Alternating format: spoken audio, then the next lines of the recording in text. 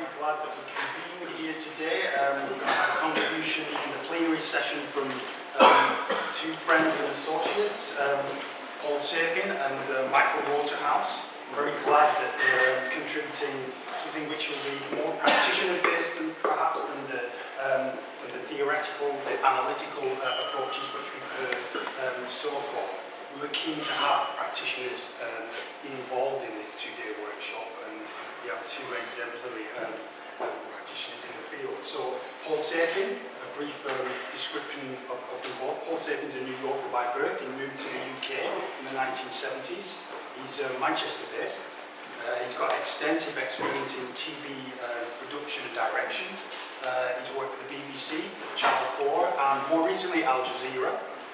His UK productions have included the series Everyman from 1994 to 97, including one of those is an episode called Welcome to Happy Valley. And I had the great pleasure of watching a preview of that at Paul's home some years ago, and it's glad to see. I'm very glad to see it coming up again and being a topical issue, because I think it is an excellent example from that series, which addresses the overlap, the terrain between well, a subsequent documentary that he worked on, science friction, is something which particularly engages with the terrain between science and religion.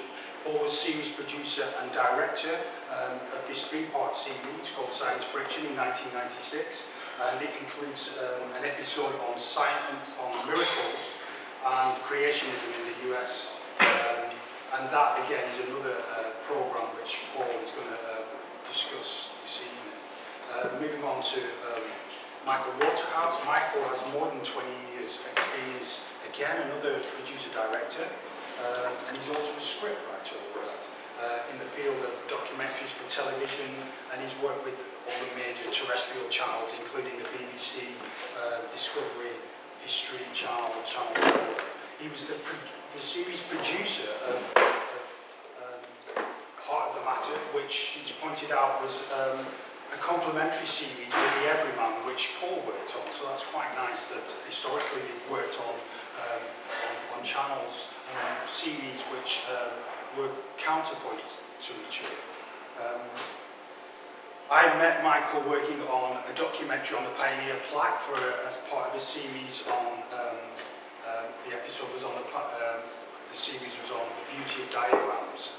We filmed out in upstate New York, New York City, and that had very well received, critically acclaimed series. He's also working on now a new series called The Beauty of Anatomy, which is scheduled to be broadcast when, Michael? I don't know, but probably in the autumn. Right, again a BBC 4 series. So that's as much as I wanted to say. I'm looking forward very much to the plenary presentations, and I hope you are too. So, over to Paul.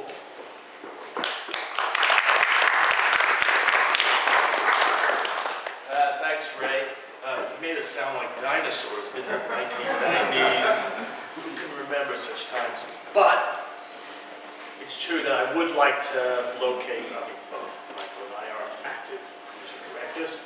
But I would like to locate my talk with you today in that specific period, the 1990s.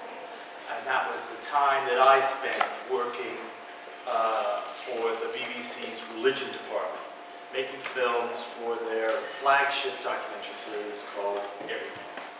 But before I go there, I'd like to travel even further back into the past to what social media is now referring to as TBT, throwback time.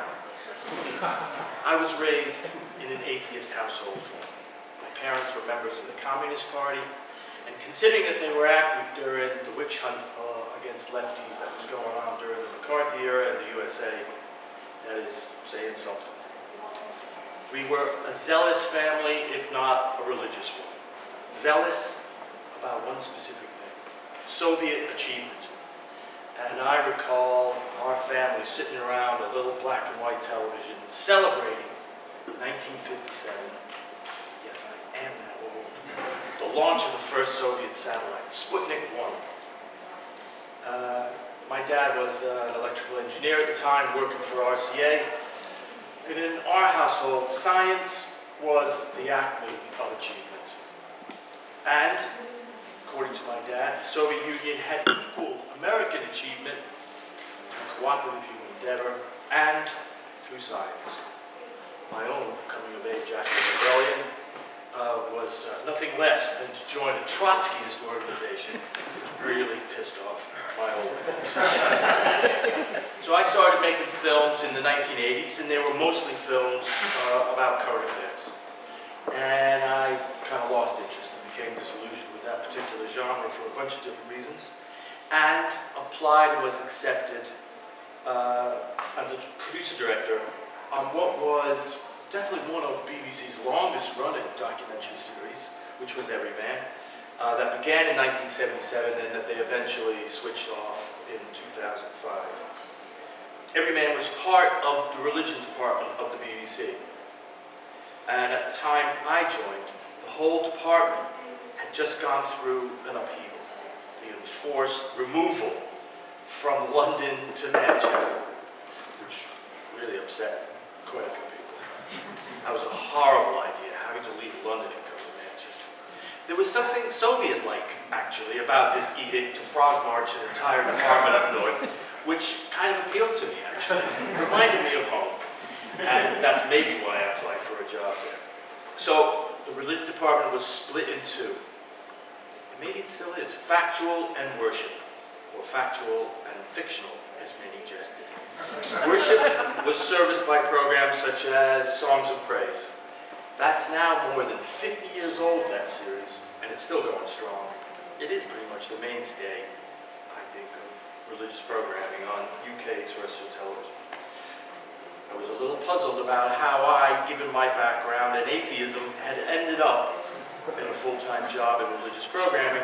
But even more confusing than that was the realization that pretty much the entire factual department was populated by folks like me, non-believers. Curious but true. And I think the reason was one that I was late in coming to appreciate. That religion could be a vehicle for examining some of the ethical quandaries of our time, including the ones thrown up by science. Religious documentaries could make for a viable and powerful means of telling stories. Welcome to Happy Valley was my first film for Everyman. So I can replay that in a few minutes of that. And it's film, it was shot on film, and it's gone over to DVD. It looks like crap, but anyhow, there it is.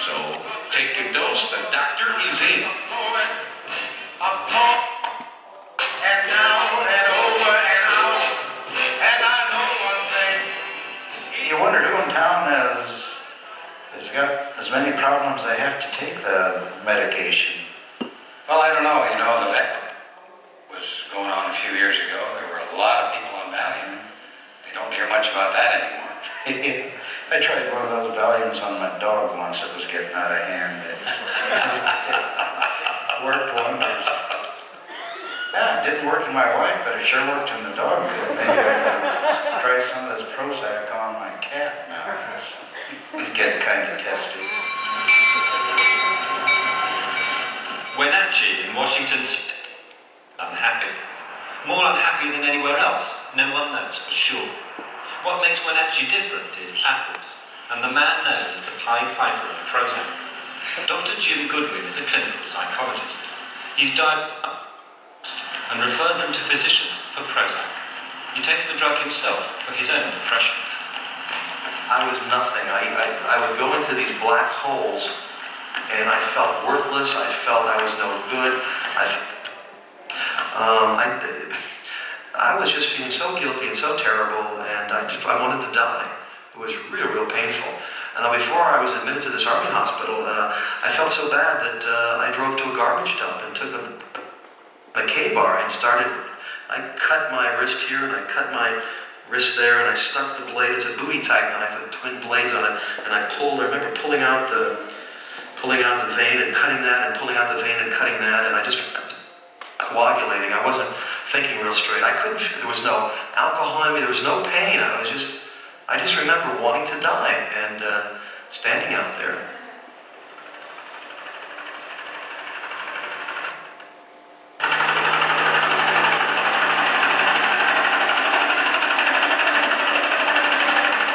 Prozac didn't come into the picture until about 1988, 89.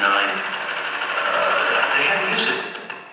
But we tried it, and I'll tell you, after being on it for about 2 to 3 weeks, I popped out of the depression, and it was real enlightenment. For me, it was like walking around like this for my whole life.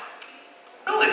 I mean, no one had ever offered me glasses. And then all of a sudden, here comes somebody that says, okay, now try these on, try this Prozac on. And I tried it on, and for the first time in my life, I went, whoa, is this the way reality really is? Restored, Dr. Goodwin has had a vision. A world liberated by Prozac and therapy, free from the depression he once accepted as normal in himself and to see in all his patients. It's a popular vision across the country. Well, we have here kind of microcosm of America right now. America has been pushed more and more by the psychiatrists of the country and by the drug companies of the country. Eli Lilly put on a giant campaign, and still has a giant campaign going on in this country, selling the idea of depression and drugs to America. Well, Wenatchee has bought the campaign. And so we see here a microcosm take seriously the kind of propaganda that's been handed out in America. Now, the fact that we have an extremist psychologist who has now admitted that he gives everyone in his practice the same drug, gives everyone the same, shows how you can exaggerate the basic themes that are already going on in America. Listen to me, the authority. I'll tell you what's the matter. I'll rescue you. I'll give you the quick fix solution, the American way. Okay, let's stop. That was torture. I should never have had depression in the first. That was absolute torture. It wasn't great to begin with. That was awful. At any rate, that was a film where we explored, amongst other things, the urge of pharmaceutical science to develop and distribute antidepressants to everyone for everything. And the confidence of science was shown really throughout this film that mental ill health was all really down to biochemistry. Apply a drug to repair a chemical imbalance and you could effect a cure. We were also in territory where kind of Judeo-Christian belief joins up with American values. This is enshrined particularly in the one notion that you get out of the U.S. Declaration of Independence, the right to the pursuit of happiness. Today, it's often interpreted as we have the God-given right, and the right as American citizens, to be happy. And if this is the drug that will ensure that, then hand it over. The film was well received. It got excellent press, it got really good reviews, and it prompted a rare visit from a very senior BBC figure from London to Manchester. He came with a kind of unusual message. He said, everyone loved the film, but there had been complaints from the powerful documentary departments in London. this film covered areas they claimed that was their domain, right? That belonged to them, not to religious programming. And though he wanted more films like this, quality films like this from Everyman, but he was uncomfortable about the series straying into this type of subject matter. Was this the land of the secular where we weren't welcome? The BBC could not make up its mind if science and the ethical issues it begs was a legitimate area of exploration for religion or not. And among the Everyman team, to whom this message was conveyed, there was a certain amount of bristling over definitely what looked like an apparatchik dispatched from BBC Kremlin to admonish one of the far-flung collectives in the north that had gone wayward. But no one in my collective knew quite what to think of it, or what to do about it.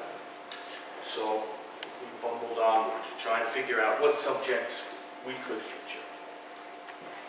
One of the next things I did was a series called Science Friction, which was about the collision between religion and science. Creation or evolution? How could I say this to you? Don't you know you're being one of those hick hillbillies blaming all that religious stuff? Fact or faith? The demand for miracles is increasing. You can't expect everything from science. Science versus religion.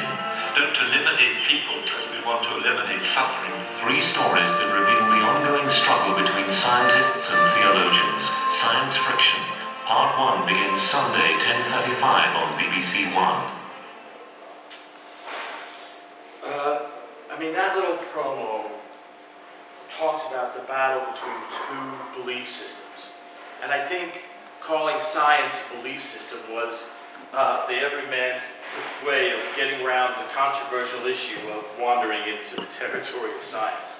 So I was interested in exploring the crash and the contrast of these 2. And the first film that I made for the series was about creationism. It was at the time the 70th anniversary of the John Scopes trial, the monkey trial.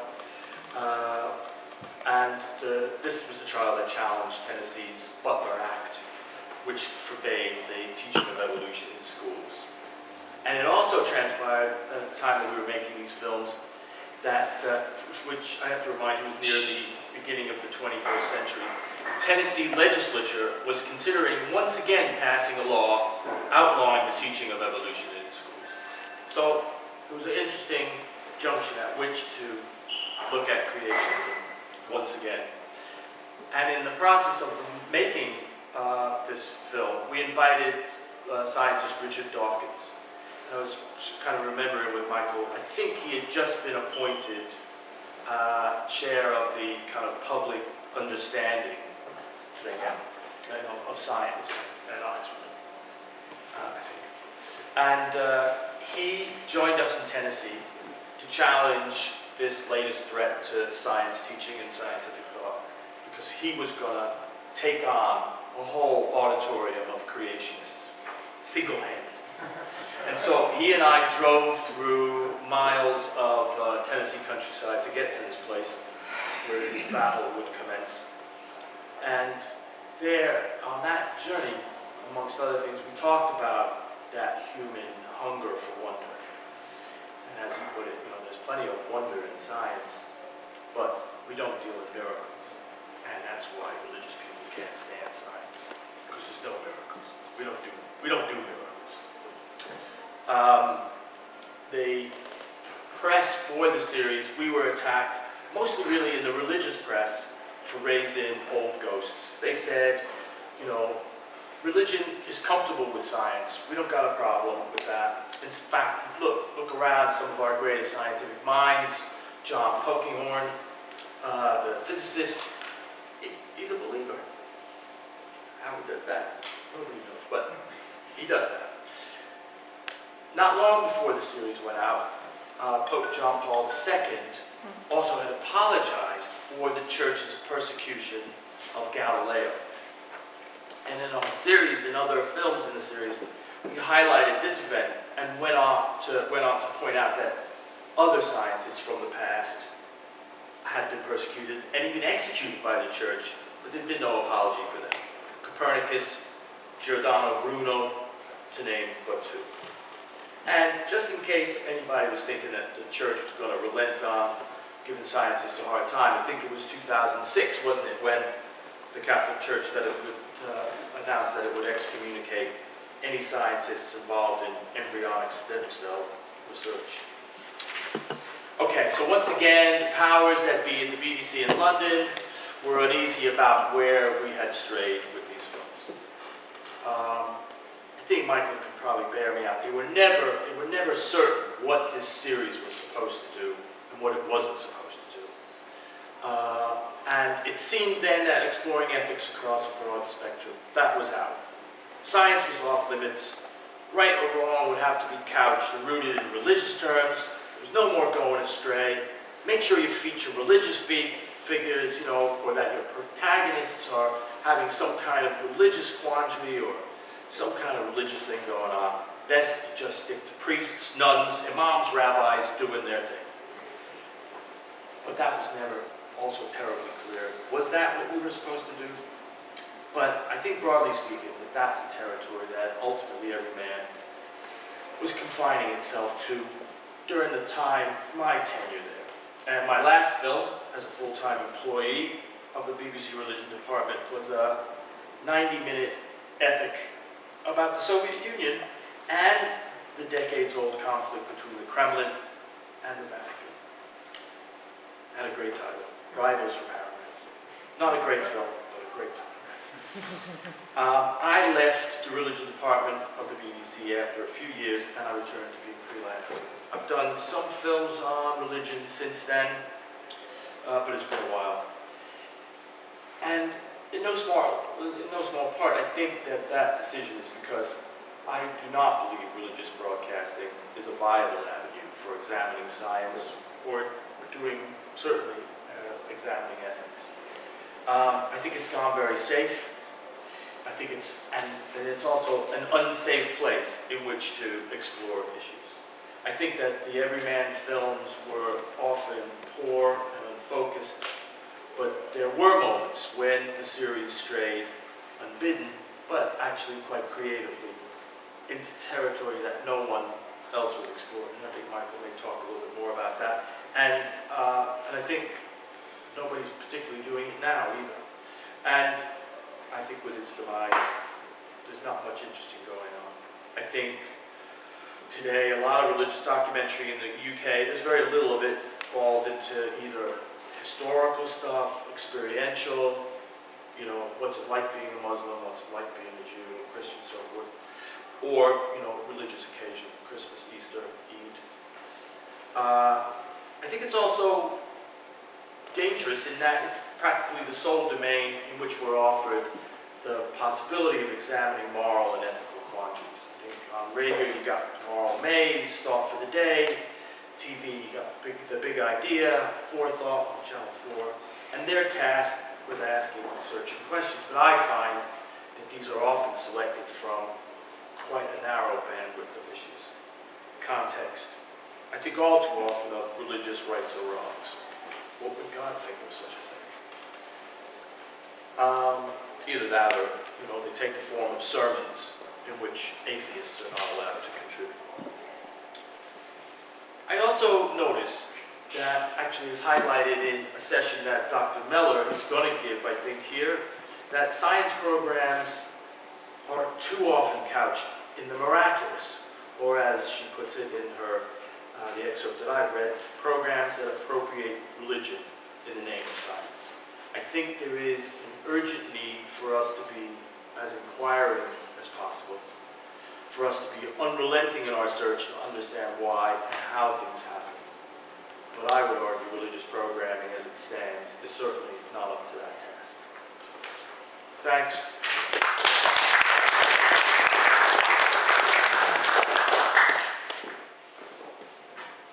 I think the idea is that there are questions and answers after we both talked, so because I'm pretty well the same person.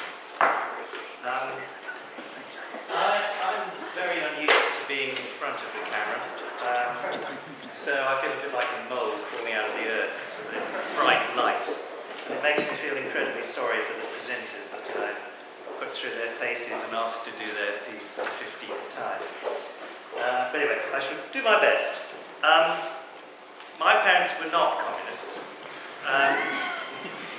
They were suburban Congregationalists. And I don't know if you know about suburban Congregationalism, but it's a pretty sort of dull and rather unamusing religion. And so by the time I was a teenager, I'd given up on it all. Except to say that my father, who remained a steadfast Congregationalist, would always insist after school, at Sunday lunch, on discussing the sermon of the day. And that was my training, really, in debate and in discovering what sort of arguments one might mount against religious belief. And so it came as a bit of a shock, really, when, I don't know how many years later, perhaps 12, 15, I ended up being producer of religious programs at Thames Television.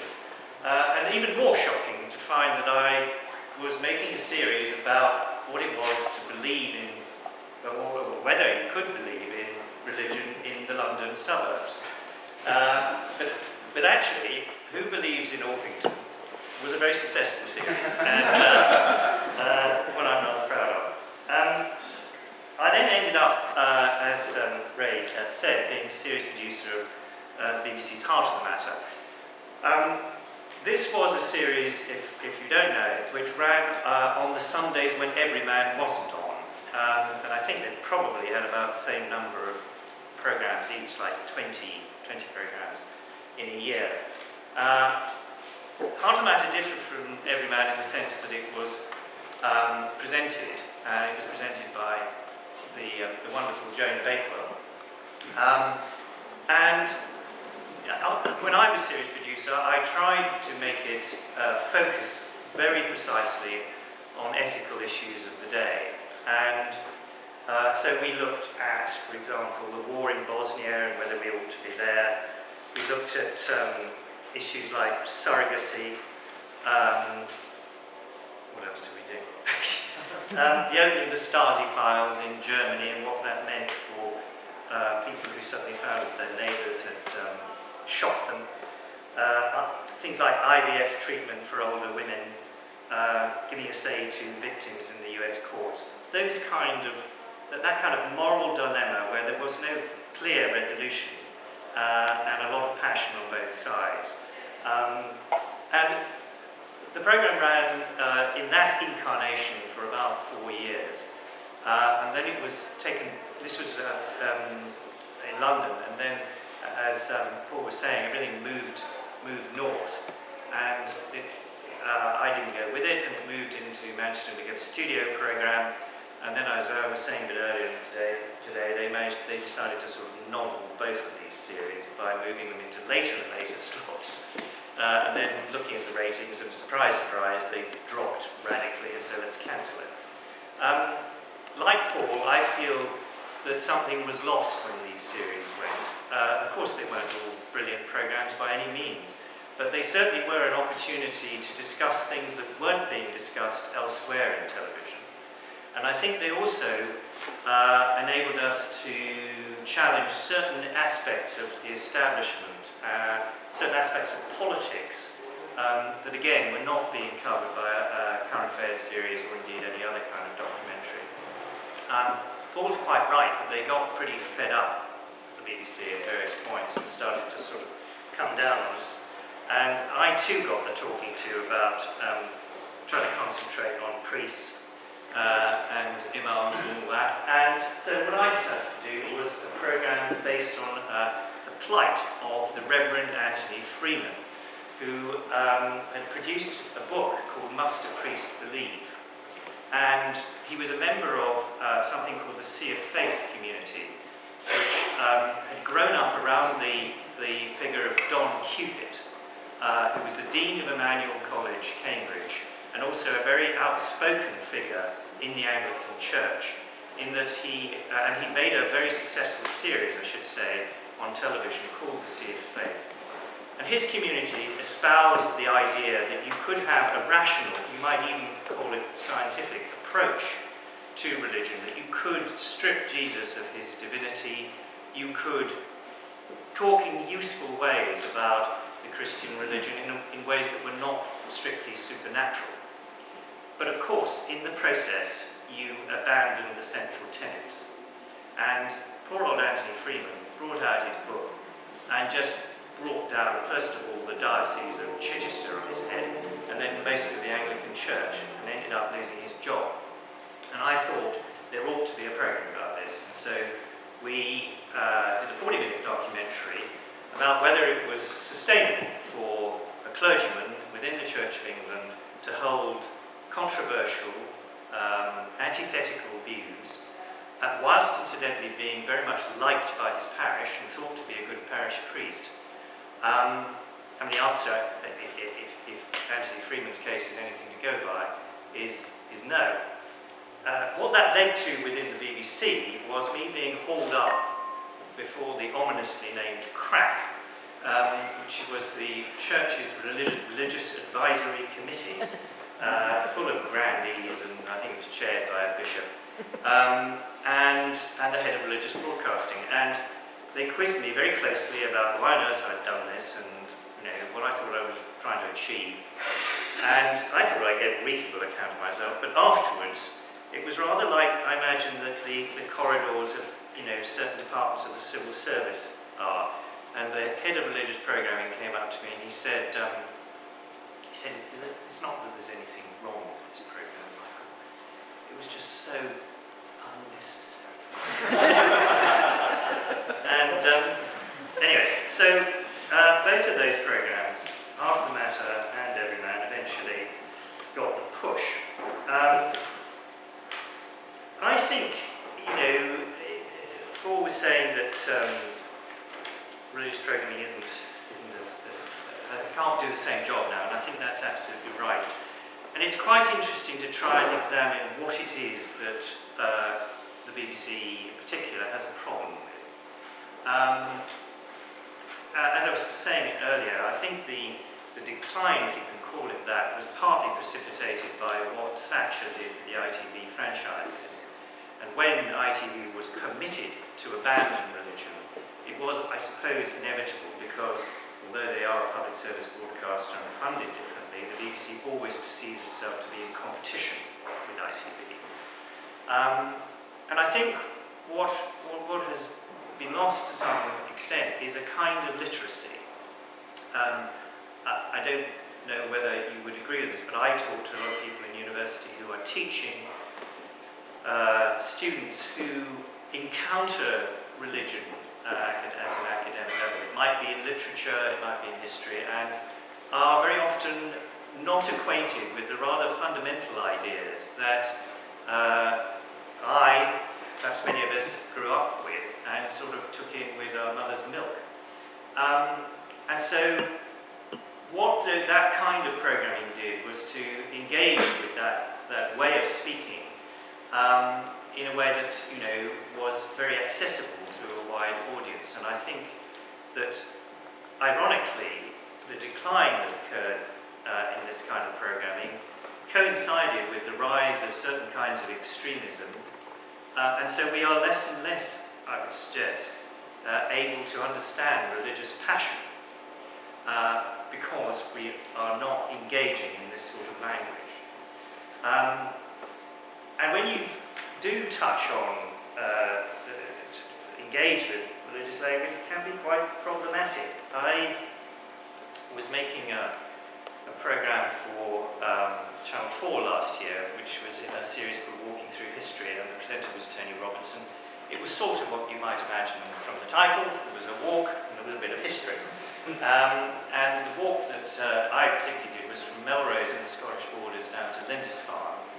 And the story was about the emergency of Irish, which you might call Celtic Christianity in the 7th century in the northeast.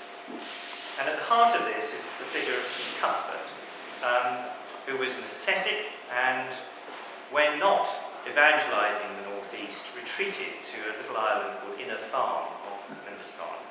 And that's where he died. And at one point in the commentary, I'd written that, in his final days, he withdrew to Inner Farm to be with his God. And that caused terrible trouble, because the commissioning editor at Channel 4 thought this was implying that God existed, and got very rattled and asked me whether I was religious and therefore whether I was peddling some sort of line. And I said, well, you know, this is history, this is what this guy believed, you know, he had a strong, he thought God was a reality, etc., etc., but it didn't cut much ice with her. And so he ended up with some absolutely banal phrase, like he decided to return to Inner Farm for his final days. And I apologise for that. But it is indicative, I think, of a kind of sensitivity that surrounds, it's a rather extreme form, but sensitivity that surrounds using religious language in broadcasting. That some people think that we have sort of moved beyond that, that religious language belongs to another era and should be in some way safely consigned to that. I think this, of course, is to impoverish us, you know, because in order to, we attend to all sorts of minorities within our country, in television and in broadcasting generally, but I think actually there's a temptation felt by the broadcasters just not to bother with religion. How am I doing on time? Okay, number 5, okay. There is there are, of course, a lot of what are called religious programs on air. Paul mentioned Songs of Praise, which, bless its heart, does survive, but it gets more and more marginalised. They pull it back earlier and earlier in the Sunday schedule. And the other kinds of religious programs, as Paul was saying, are largely historical, or they are things like, you know, A Year in the Life of Canterbury Cathedral, A Year in the Life of Westminster Abbey. They're often very well done, but it will very rarely be the case that those programs will ask questions. And so those of us who are sort of left wanting to ask those big questions have, in a sense, to do what I call smuggling, which is to find a way in which you can kind of disguise the overt intention of asking the big questions and just sort of smuggle them in on the back of something else. One way in which you can do this, it seems to me, is to have a different kind of presenter. What I've learnt over the years, really, is that if you're going to do a religious program of any kind, the only kind of presenter that you can't have is a member of the clergy. You can have a scientist, you can have an historian, you can have a journalist, but if you try and suggest that the clergy should present this, then this is tantamount to propaganda. So, what I've done, and in particular I did this in a series called The Genius of Britain, is to try and bring these big ideas in through another door. The Genius of Britain was a Channel 4 series in 2009, I think. And it was essentially a 5-part history of British scientists. It had set out to be a history of British science, but quite quickly, rather like the way in which broadcasters have become quickly afraid of religious language, the broadcaster became very frightened by the depth of science that we wanted to go into. So they thought we should sort of shift to something more biographical. And that's how it ended up. It was multiple presenters, Richard Dawkins, Stephen Hawking, David Attenborough, and Robert Winston. And what I did with the last programme was to ask Stephen Hawking and Richard Dawkins whether they would like to meet and exchange questions about each other's philosophy and science. What a stupid thing to do. What a nightmare. Once I had their agreement, we had to face the practical problems. And as some of you may know, Stephen Hawking has lost virtually all muscular activity. And all that remains that he can move is a muscle very close to his right eye. It's like a kind of twitch. And that activates the word processing on his computer, and he can then write something, and he composes at the rate of 1 word per minute. So we had to realise that there was no possibility of them having a conversation in the usual sense. So we cheated. And Richard supplied us with a list of things to ask Stephen Hawking, and Stephen did the same for Richard. And so Stephen was then able to draft his answers, and the computer was set to fire them off when Richard put his questions. Richard's job was more difficult in the sense that he had to respond to Stephen's remarks as if it were a conversation. And I know from my own experience of going to talk to Stephen Hawking in advance, it is an unnerving process because you say hello and nothing comes back. And I talked to him a little bit and then sort of ran out of anything to say. And so I started talking to him about a program I'd made a few years.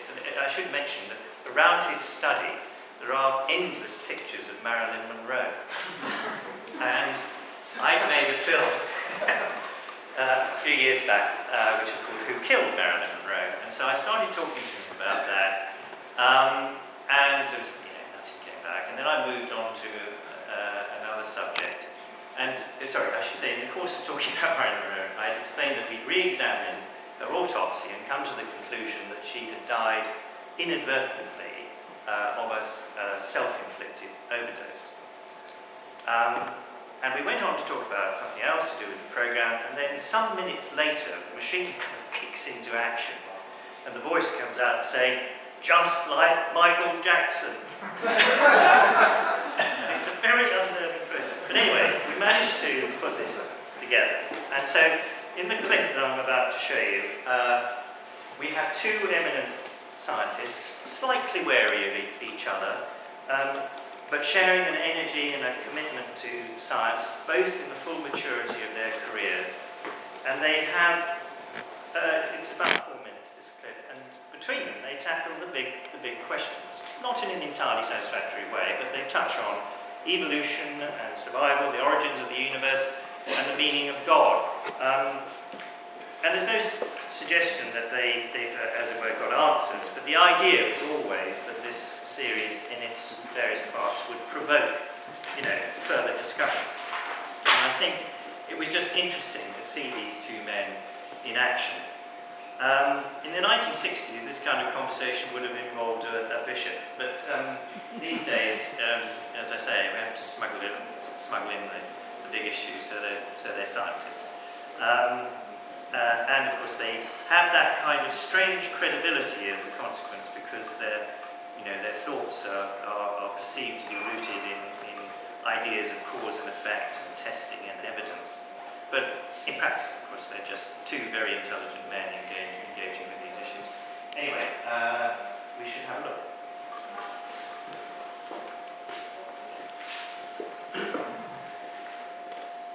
But there are still great essential mysteries to be solved. Questions we ask ourselves about how the universe works and the future of mankind.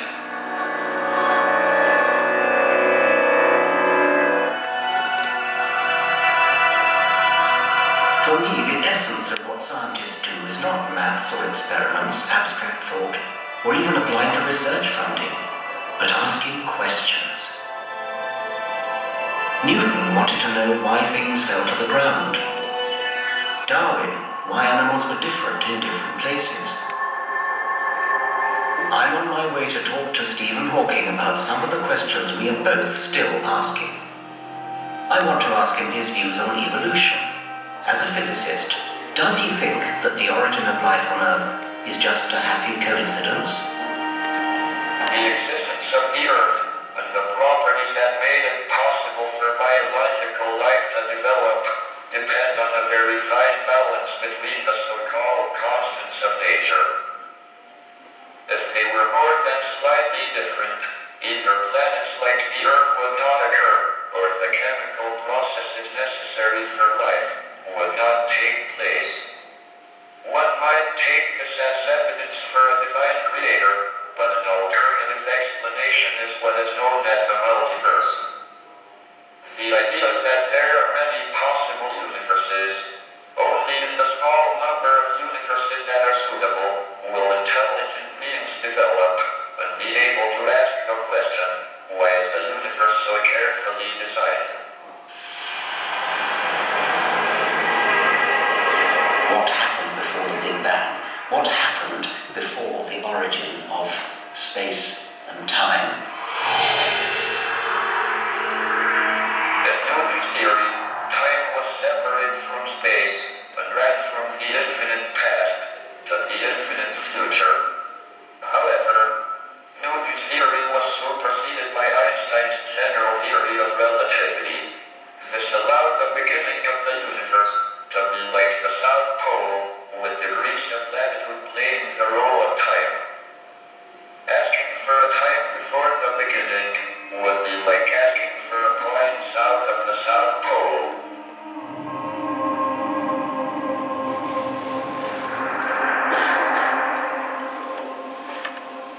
Can one assume that insects and bacteria will survive us if our so-called intelligence leads us to destroy ourselves by nuclear war or other disasters? Yes, I think you've got an excellent point. We happen to survive by our intelligence, and so we think that's the way you should survive. But from a bird's point of view, say a swift, they would think that flying is the way you survive. Eyes are said to have evolved some 40 times independently. Flight has evolved 4 times independently. But it looks as though intelligence, at least verbal intelligence of our kind, has only evolved once. And so that might suggest that it's a pretty esoteric way of surviving. It seems to work very well for us, of course, and we're doing very well. We're overpopulating the planet with it. But if we go too far with it and destroy ourselves and destroy much of life, then of course you're right that other ways of survival will take over, bacteria prominent among them. One can't help asking, why are you so obsessed with God? Well, I noticed that you brought up the question of God and I didn't. When you ended A Brief History of Time with For Then We Shall Know the Mind of God, I suspect that you were using God in a sort of Einsteinian sense, a euphemism for the mystery at the root of the universe, that which we don't understand. But most people use the word God for a person, God as an answer to scientific questions. Then I think it is scientifically pernicious, because it distracts people away from the hard work of answering scientific questions. It's just too easy to say, oh, God did it, therefore we don't need to answer the question. Looking to the future, do you think there will be scientific geniuses in a world of supercomputers? Our picture of the universe has been transformed by brilliant individuals like Newton and Einstein, who have made great leaps in the imagination. Computers cannot make such leaps, so I think there will be plenty more Newtons and Einsteins in the future. Thank you very much indeed. Thank you.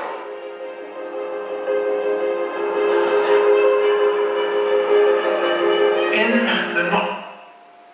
Good. Thank you very much.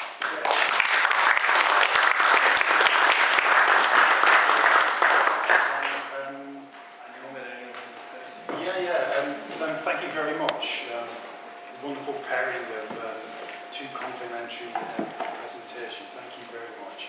I think it's time to open up for, we do have time for questions. Felicity, we'll give you first shot. I'm the aforementioned Dr. Mellor. I just want to pick up on Paul. You sort of concluded by saying that broadcasting was not a viable avenue for exploring these big questions, religious broadcasting. And Michael, there you are showing an example of smuggling the big questions in by having scientists dealing with them. And I guess I just want to sort of express my alarm, I suppose. I mean, I don't want to hear Richard Dawkins and Stephen Hawking talking about the big questions because they are reductionists. Certainly Hawking's is a fundamentalist of different stripe, but still a fundamentalist, and I say that as myself an atheist. I guess, you know, to me, religious broadcasting, not that I ever really listened to it, but it was a place where we could challenge science. So these big questions, if they're being explored in programs where science is not being questioned because the people fronting these programs are themselves scientists, I mean, I think that is a great loss. And so is there no place left in broadcasting where we can challenge science on these sort of ethical issues?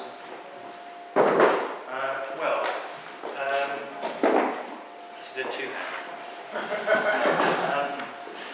Look at this double act. I mean, the straight answer to that is there are other places where these things are addressed. In fact, as Art of the Matter was coming to an end, I was very conscious of the fact that other series like Panorama were exploring some of the same issues that we were addressing. It's rather the reverse of what Paul was saying about Everyman taking over subject matter from other parts of the BBC. I saw the reverse of that happening. So occasionally, such big questions will turn up as a journalistic issue, usually driven by some topical crisis. But I'm afraid to say, I don't know whether you agree with me, that I think in terms of a kind of ongoing presence, kind of watching brief to confront science, as an example, of course it applies to other ethical subject matter as well. You know, it's gone. It's still there a bit on radio, but this is really the point that I was trying to make. I think that it is a kind of, you know, philosophical deficit that we have, and one knows that it's necessary, if only because of, you know, I made a Heart of the Matter about the human genome, and we talked to a nameless scientist in Cambridge who was, you know, speeding ahead with a lot of work in genetics, and I asked him, or actually Jen asked him rather, you know, whether he considered that his work had a place within an ethical framework, and he said, that's not for me to decide, that's up to the people. And of course that engagement never happens unless it's mediated. So I think it is, I regret it. I mean, you know, it may be that there's something in the future. You know, we're all still trying to get these things on telly. But I don't see a series, that's the important thing, that's addressing those questions at the moment. Just really briefly, I mean, I think that no, there isn't really anything happening. I mean, we are talking about one nation's broadcasting landscape. I would not, you know, I would hasten to add on, I think both Michael's and my part. I mean, you know, you may know about other things. I know a little bit about the American broadcasting landscape, and that certainly isn't happening there. But elsewhere, perhaps it is, but not here anymore. And I think that actually, that also I think that there has been a redefining not only of what is the brief of religious broadcasting, what is it supposed to do, but also I think there's actually been a narrowing that has taken place, you know, the hardening of the arteries within a kind of, within religion's own sense of what it can, you know, the subject areas that it can deal with and wants to deal with. And, you know, so between that kind of rock and a hard place, very little is passing through. So, yeah, so in a way, but I would just add that probably in other, you know, we're talking about mostly, you know, mainstream terrestrial broadcasting. Yes, we are. You know, outside of that, there's all kinds of groovy and interesting things that are happening. So, you know, in a way, we should start dispensing with this notion of this is the one place to make your appointment with to actually get these ideas explored. What about, you know, needless to say, you know, all the other avenues that are out there? That's absolutely true. The problem, though,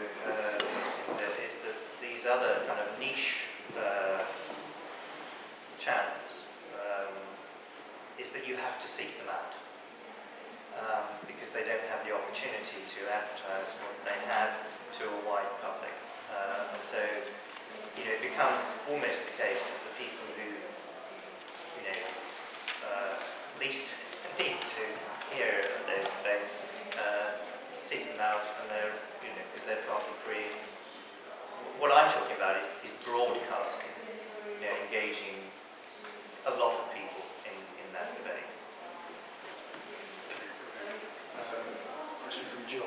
I wonder about the relationship between natural history broadcasting and religious broadcasting. So much of the natural history unit's work hits near a natural theology connection. And we had Attenborough behind you there for a little bit. He's certainly a wonders of nature type. But if you think of biodiversity, ecology, and environmentalism, so ready-made for a conversation between science and religion, did that cross your path at all, or is it an institutional division that stops them? No.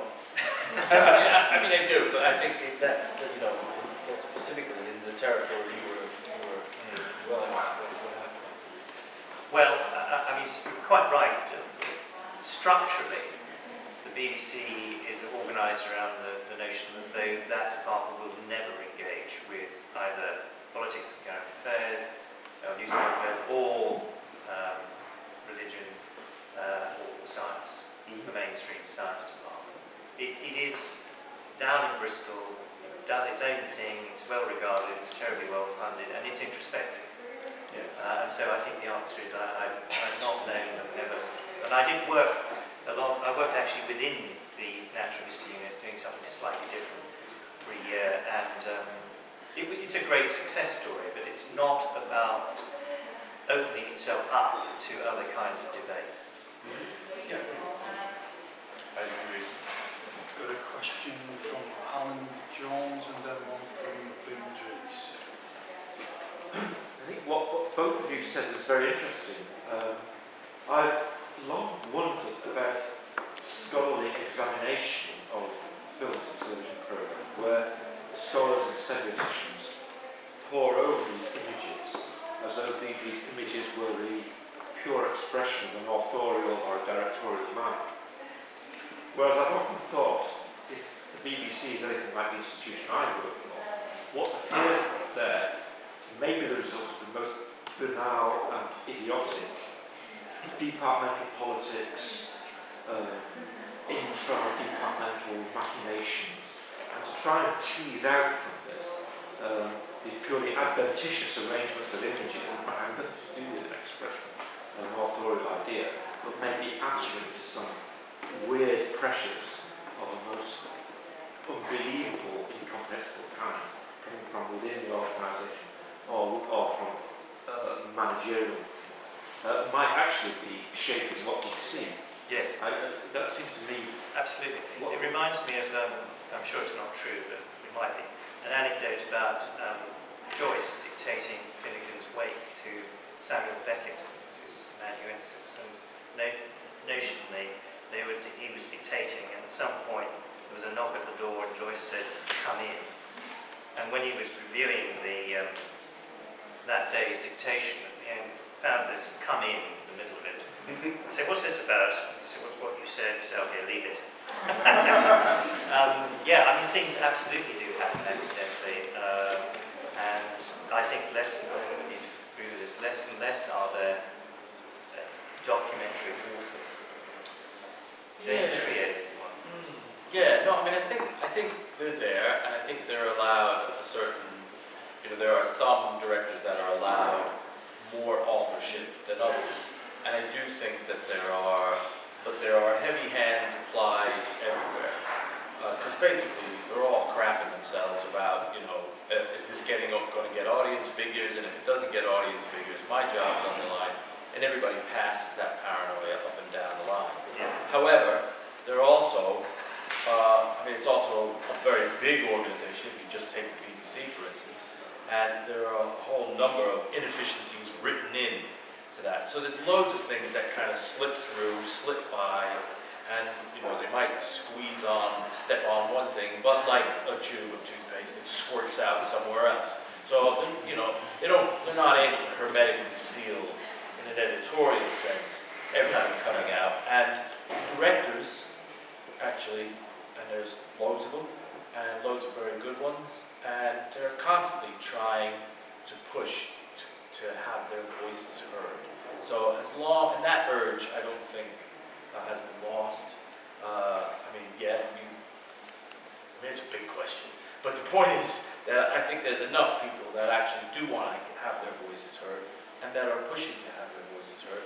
And if they're not heard within the BBC, there are now more and more outlets, independent documentary work is enjoying a renaissance now that is fantastic to behold, throughout the world. So if you can't get it heard, get it past the crackheads that run broadcasting, well, take it elsewhere and go elsewhere. And people are doing it. Okay, Vicky's been next. Thank you. Many interesting comments. I was triggered by the remark about nature documentaries. I'm from the Netherlands. The BBC documentaries were bought by one branch within our public system, which is the evangelical kind of television. And they had a creationist leaning. And they were loving the nature documentaries, but they did cut out the word evolution. So there was a kind of, and at some point they were exposed to that, and then the BBC said, well, you have to take it in its integrity. So it did raise a problem. My question is slightly different. We were talking about who's speaking there, scientists or clergy, and clergy nowadays are not so popular. I think I agree, it's exceptional. A friend of mine has just been elected Archbishop in Sweden, Antje, female Archbishop for Lutherans, and she is addressing very much a public intellectual. She does get on television, and I think she was elected for that reason, but I think that's fairly exceptional. But who are the public intellectuals then, aside from the scientists? I mean, I see now some philosophers, some historians, some sociologists. There are other people aside from those two groups. Celebrities. Celebrities or intellect, and maybe unfriendly remark aside, factual more. Copernicus, I think he died in his bed. There was no problem in that sense. And Bruno was in a sense burned for heresy and not for science, for theological heresy. You shouldn't burn people, but he wasn't burned for science. No, he wasn't burned. I didn't say that. But he was given a hard time. But yes, he actually was allowed to pass away peacefully in his last days. But he got a bit of a broiling from the church. I don't know who the public intellectuals are really in the terms you're describing. I suppose it's true that the BBC tries to develop certain figures towards that end. I think Simon Chalmers would be a case in point of someone who began, as you know, presenting a history of Britain and has, with each year that goes by, broadened his canvas. So he's now someone who's considered to be an authority on branches of visual arts. He's most recently done a history of the Jews for the BBC. Done very well, I should say. But he is therefore being allowed to speak on a wider and wider range of issues with apparently equal competence. Yeah, I think you'd be hard pressed, but he's also, and I know that's true. He recently did that not too long ago, but it's a couple of years ago, and I don't think he's graced our screens since. I think it's actually very difficult to locate those figures and who they want them to be. In nature programs, there is the one major revered figure of David Attenborough. Continues to go on, which is great. They daren't get rid of him just yet. But is there a consistency? Do we have some new people coming through who tell history well, or who tell stories of art well, and they go back to them. But I think their longevity is brief. Their time is brief and is getting briefer. So the tenure is getting shorter of these individuals who have an appeal and then cease to have an appeal. Okay, a question from Tim Boone. Yeah, I asked this question as a historian of science. It's only very rarely that I've ever seen any intelligent history of science on television. And I wonder whether that is also a product of the departmental structure of broadcasters. I mean, what's the relationship between people making science programs and people making history programs? How is the territory divided up? Does history of science feature as a subject separate from science? No, it doesn't feature separately. But what I noticed over time was that actually what they wanted was, science and history of science is a tough sell by and large. And the flagship series for the BBC has been Horizon. And I guess Channel 4's was Equinox for a while, but that's now dead. So there probably is only one remaining. And they live in peril. They lead a perilous existence. I think quite constantly threatened with the chop. And there was a point at which, and I know this was something handed from down on high, that actually looking for too much explanation and too much exploration of science and science history was not necessarily a desired thing. How could you personalize it? How could you tell the story of science through like the story of one man, one woman, and that actually these would be personal voyages.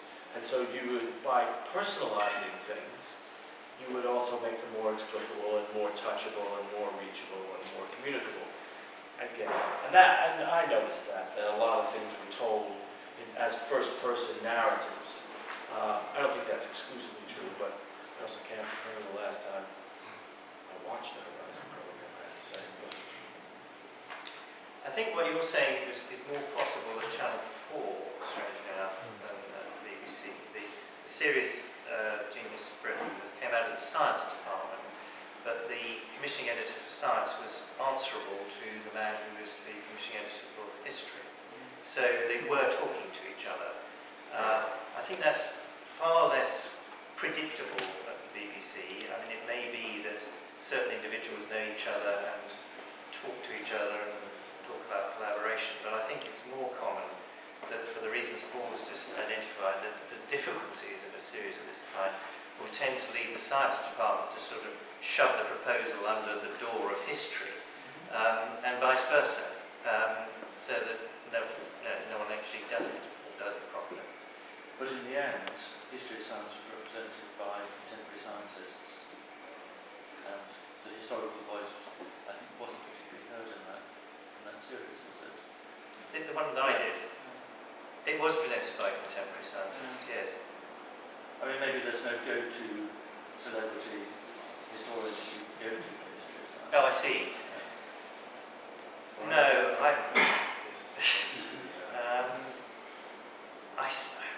I don't know the answer there. I think they came up with the notion of having all these celebrity scientists and were so thrilled when they all, signed the contract that no one got any further.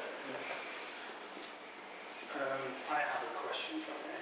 It's about formats, the broadcast as a medium, television broadcast and series. Do religious programs rely more on the temporality of the series broadcast on television? Is it easier to televise broadcast religious-based programs as opposed to scientifically themed programs?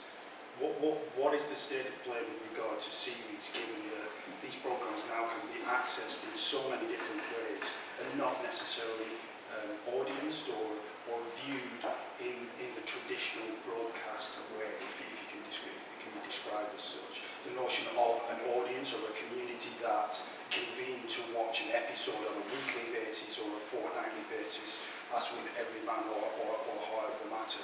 Does that affect, is there any subject matter that is more compromised by not necessarily being audienced in that manner? Jeez, that's one hell of a question. About 5 questions. Yeah, question. I'll briefly say that I think an answer to one part of that question. I mean, I think they're both really difficult to get away. Yeah. And Michael will have a better notion than me of, because he's been at the coalface more recently in terms of trying to get commissions, what that's really like. But both of them are tough to get away. I mean, and primarily, you won't get, it's extremely difficult to get a religious series away unless it's gathered around a specific kind of religious occasion. That's when you usually see them trotted out. I think in terms of science programs, I mean, nature takes care of most of what is expected to be our science appetite. But actually, laterally, I suppose, BBC4 doing stuff that some of which Michael has done, and for instance, the one that Michael's working on at the moment, the Beauty of Anatomy, those things actually kind of get under the wire, and they get made. But, I mean, I think with the changing face of the channels, like BBC4, the closure of BBC3, that actually, I think these will be tougher places now. The kind of territory will become even even smaller, would be my No, I think that's absolutely right. The BBC's religious department, as you may know, is based at Media City here in Salford, which has mostly disadvantages because once you're expelled from the court, it's difficult to get a proper hearing. On the other hand, it is a department that the BBC is still centrally committed to, and so there is an implicit guarantee of output. I think beyond, I don't know whether you know, I think beyond Horizon, which, as we've said, is periodically under threat, I don't think there is any further commitment that is guaranteed to science programs. And so, in that sense, both of them are contending for probably the same places on BBC2 and BBC4. And BBC4, I think, has been saved for a bit. It has looked very dodgy at times. People have talked about there not being enough clear water between BBC2 and BBC4, which usually means let's get rid of, the weaker party. But actually, in the end, they decided to get rid of BBC3, so I think that's bought some time for BBC4. But BBC4 no longer has a controller, just has a figure who's called an editor, who is answerable to the controller of BBC2. None of this bodes well, I think, for the kind of subject matter we're talking about. I don't want to sound pessimistic, it's still there, I'm still alive, doing stuff. But, you feel as though you're up against it. Okay, I think we'll draw that to a close. And Diane, would you please join with me in thanking both Paul and Michael